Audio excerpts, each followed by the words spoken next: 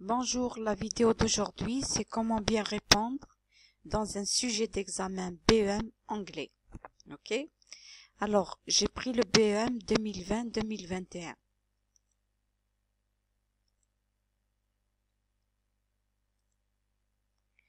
Alors, comme vous voyez sur l'écran, il y a 2021, The Little Martha. Je vous lis pas le texte, on passe directement aux questions.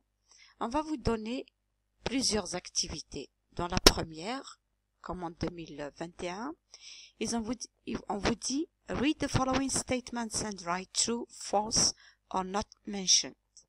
Ça veut dire vous allez écrire true si c'est vrai, false si c'est faux, not mentioned si c'est pas mentionné. On va vous donner 3 ou 4 ou 2. Vous allez répondre juste à côté par un true, par un false ou bien par un not mention. Une deuxième activité dans le reading comprehension, answer the following questions. Vous allez répondre aux questions. Ça peut être des questions qui sont directes, ça peut être des questions qui sont indirectes.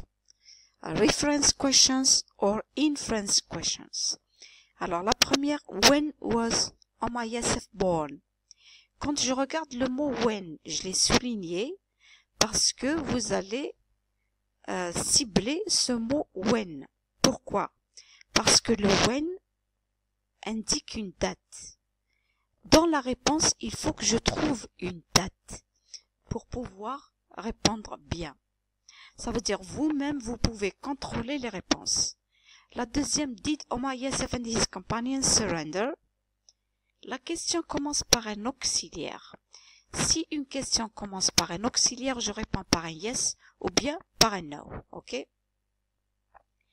Pour ceux qui veulent le sujet, ils n'ont qu'à aller le télécharger sur le net. Moi, je vous le dis directement. Alors, la première, c'est true. Omar's uncle Sadi was the leader of the autonomous zone of Algiers. Quand on a dit Omar's uncle Sadi, ok, ça veut dire l'oncle d'Omar, il s'appelle Sadi. Si l'oncle s'appelle Sadi, son neveu, ou bien his nephew, s'appelle Omar. Vous allez jouer sur uncle and nephew. Dans le texte, c'est nephew. Dans la phrase, c'est uncle. Donc, je répondrai true. Deuxième, Omar Youssef wished to live free in his country one day. On n'a pas parlé if Omar Youssef wished to live free in his country. Ok? Donc, je vais écrire not mentioned. Omar Youssef died at the age of 14. Dans le texte, on n'a pas dit at the age of 14. Regardez qu'est-ce qu'on vous a dit dans le texte. On a dit he was born in 1944 in the Kasbah of Algiers. Il était né en 1944. Dans le texte, in October 1957, paratroopers, commanders of the 1st French Parachutes Regiment, destroyed the house where Omar was. Ok? Donc, je vais prendre 1957 moins 1944 et je vais pas trouver 14. Vous n'allez qu'à faire l'opération. Vous allez trouver 13 ans. Ok? When was he born? Donc, he was born in 1944. Regardez ce mot in 1944. J'ai répondu, ça c'est le when. Ok? Ça c'est le when. Quand on pose la question avec when, how, etc., je dois trouver le when dans la réponse. Comment le trouver? Le when, je comprends que c'est pour la date. Je vais dire in 1944. La deuxième, c'est la compréhension. Bien sûr, no, they didn't. Ou bien no, they didn't. Activity 3, match the words in column A with their equivalents in column B. You've got 2 columns here. You have to do the matching. Qu'est-ce que ça veut dire matching? Vous allez faire des flèches pour trouver des equivalents. Des equivalents, ça veut dire c'est les synonymes. Je regarde brave, big, famous, the hardest. Tout ça, ce sont des adjectifs. Well known, the most difficult, courageous and large. Ça aussi, c'est des adjectifs. Vous allez toujours commencer par ce que vous connaissez déjà. OK? Deuxièmement, vous regardez la fonction grammaticale du mot. Ici, par exemple, vous avez the hardest. Ici, il y a the most difficult.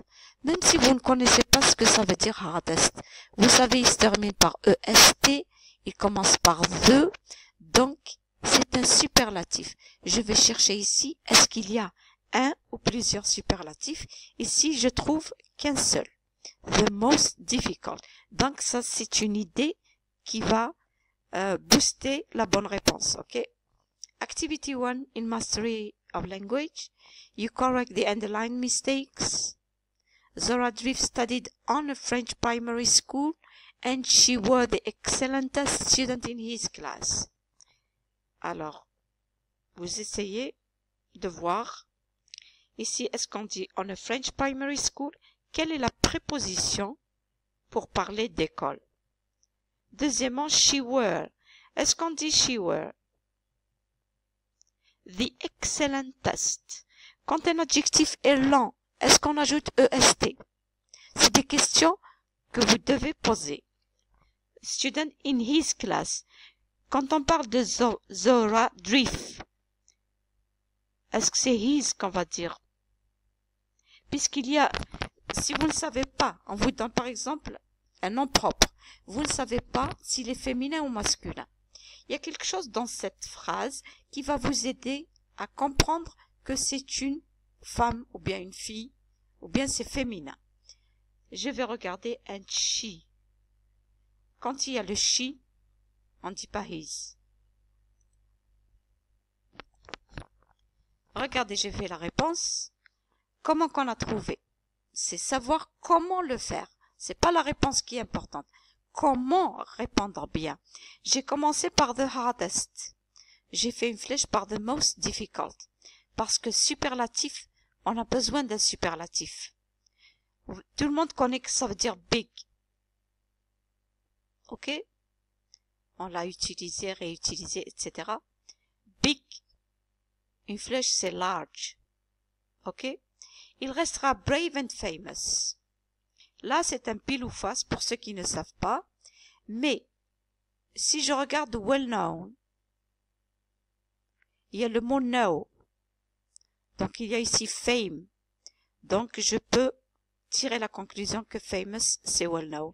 And brave is courageous. OK? Maintenant, comment corriger the underlined mistakes? Zora Drift studied at a French primary school. On dit to study at. Deuxième phrase, mistake, second mistake. Au lieu de dire she were, je dirais she was. Quand c'est un adjectif qui est très lent, je vais ajouter most. She was the most excellent student. Puisque c'est she ici, donc c'est her class. OK? Rewrite the following passage using the suitable tense. Ici, on vous dit de réécrire les verbes entre parenthèses using the suitable tense. Qu'est-ce que ça veut dire de suitable tense? C'est le temps qui convient. Le temps, soit vous utilisez le présent, le passé ou le futur. Present, future or past. Let's read. Zora Drift is one of the most famous Algerian women who not to accept the French colonialism. Il n'y a pas une date du passé ici. OK? On vous a pas dit in 1944 ou bien quelque chose, mais on vous dit she is one of the famous Algerian women who not accept the French colonialism. French colonialism took place in the past. Le colonialisme français, c'est dans le passé. Donc, je vais penser passé. OK? Vous écrivez ici past. She, to take part in the Algerian Revolution. The Algerian Revolution, c'est révolu, ça y est, c'est du passé. Donc, je vais commencer à écrire ici past. D'accord? Pour que je n'oublie pas. She to place a bomb in the French Milk Bar Café. Quand est-ce qu'elle a placé la bombe? Elle l'a placée pendant or during the Algerian Revolution. Donc aussi ici, je vais remettre ce verbe dans le passé. Je vais écrire past. OK? Maintenant, write the following words in the right box according to the pronunciation of the final ed. J'ai déjà fait une vidéo sur la prononciation du ed et sur toutes les techniques, comment bien répondre. S'il vous plaît, vous essayez de voir dans les playlists. Dans ma playlist, vous allez, si vous voulez, regarder la vidéo et comprendre. Alors ici, c'est join. Tous ces verbes se terminent en ed. Je dois trouver, est-ce que la prononciation du ed, c'est en ta, da ou bien en id. OK? Maintenant, puisqu'on a dit que c'est du passé, passé, quand on a not accept, il y a le not. Le passé de accept, accepted, mais comme il y a le not, je vais insérer did. Did s'utilise quand il y a la négation et au passé. Donc, who did not accept the French colonialism. She took part. Le passé simple de take, c'est un verbe irrégulier, c'est pas taked, comme tout le monde a tendance à faire en ajoutant le ed à take. C'est pas taked, c'est took. Part in the Algerian Revolution. She placed the bomb in the French Milk Bar Café. Placed, c'est au passé, on a expliqué parce que c'est Algerian Revolution. And the Algerian Revolution, c'est the French colonialism. Et tout ça, c'est dans le passé. OK? Maintenant, voilà la réponse pour le ta, da et le id. Quand je dis sacrifice, j'enlève ce ed là. Quel est le son que j'entends avant le ed? C'est ça. Et ça, comme box, boxed. Place, placed. Je vais pas dire ou bien prononcer placed. Donc, sacrificed. Le da, join. Quel est le son avant le ed? C'est na. Na is voiced sound. If it is a voiced sound, ça veut dire il est vibrant. Donc, le ed se prononcera da, joined. Pour plus de détails, regardez la vidéo précédente, ok? Alors, pardon, ici c'est die, c'est ya, c'est aussi voiced, donc died c'est en da. Maintenant, je passe à participate, en id. Pourquoi c'est en id? Parce que le ed est précédé de ta. Il y a le son ta ou bien da, je dirais participated, visited, etc. Maintenant, ce que les élèves craignent le plus, c'est la rédaction. Je vais vous apprendre étape par étape comment. Alors, qu'est-ce qu'on vous a dit? Many women participated in the Algerian Revolution. OK? 1954, 1962, some are still alive and others died. One of them is the brave martyr Hasiba Benbouali. Write a short school magazine article about her using the following information. On vous a donné toutes les informations. Qu'est-ce qu'on va faire avec ces informations? Nous allons essayer d'écrire des phrases. Puisqu'on a dit in the Algerian Revolution, on vous a dit 1954-1962. Vous allez penser à utiliser des verbes au passé. OK? Alors, vous regardez le sujet et puis on passe directement. Moi, j'ai essayé d'écrire des phrases. Many women participated in the Algerian Revolution between 1954 and 1962. Regardez. Donc, j'ai pris celle-là. OK?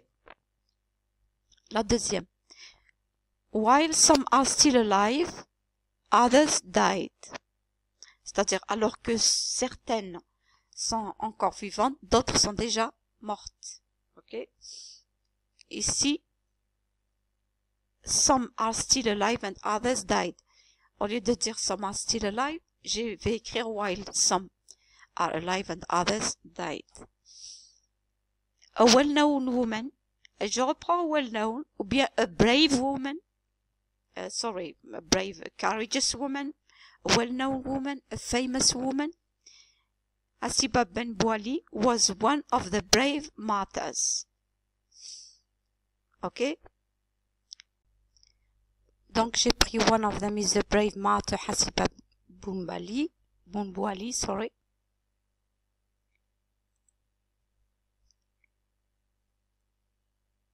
Maintenant, je vais parler de sa naissance. She was born on January. Regardez, on vous dit Hasiba Bounbouali, militant, date of birth, date and place of birth, January 18th, etc. She was born on January 18th, 1938 in Schleff. Okay? Now, in 1947, là, on commence à vous parler about important events in her life. Ils ont donné ça dans la chronologie. Ça veut dire dans l'ordre, dans le temps. Donc, je vais prendre in 1947. Alors là, c'est move.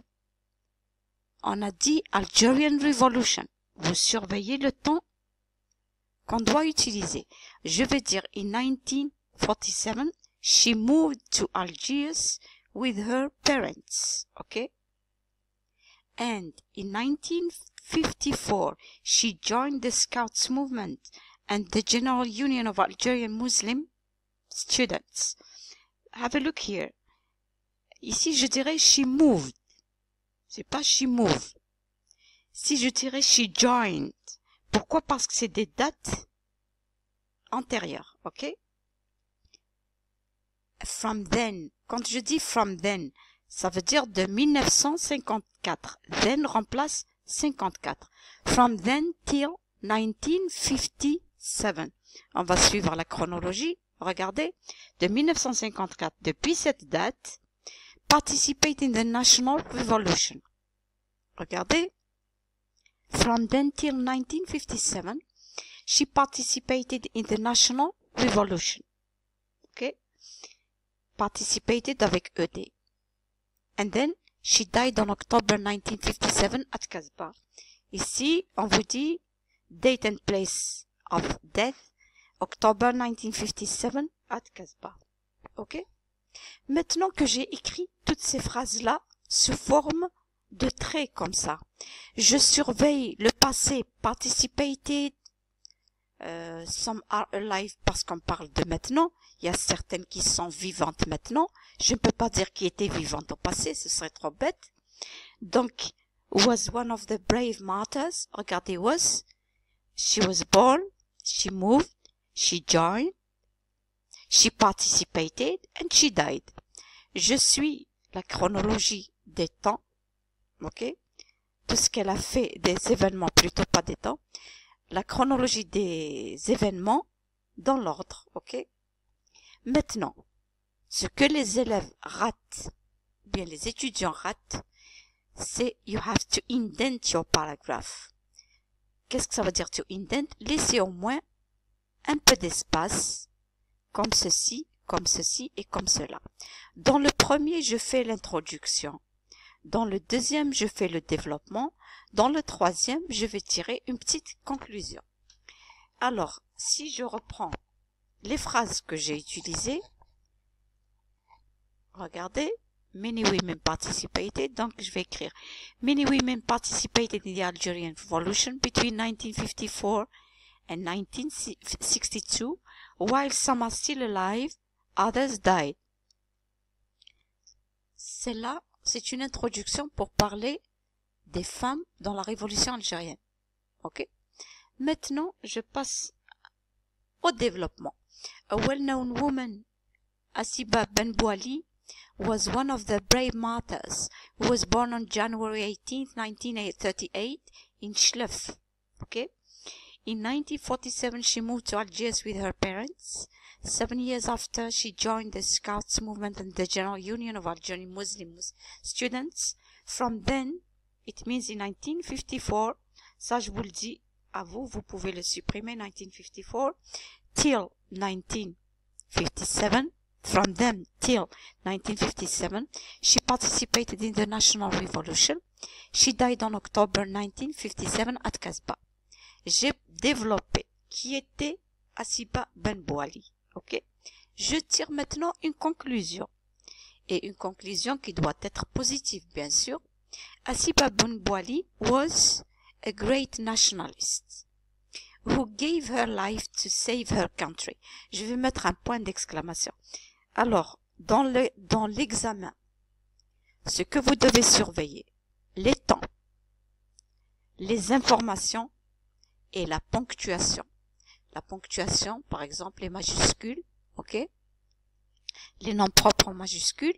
Et ici, un petit point d'exclamation pour dire que Hasiba Ben Bouali participated and was a great nationalist who gave her life to save her country, qui a donné sa vie pour sauver son pays. Merci d'avoir regardé ma vidéo et à la prochaine. Au revoir.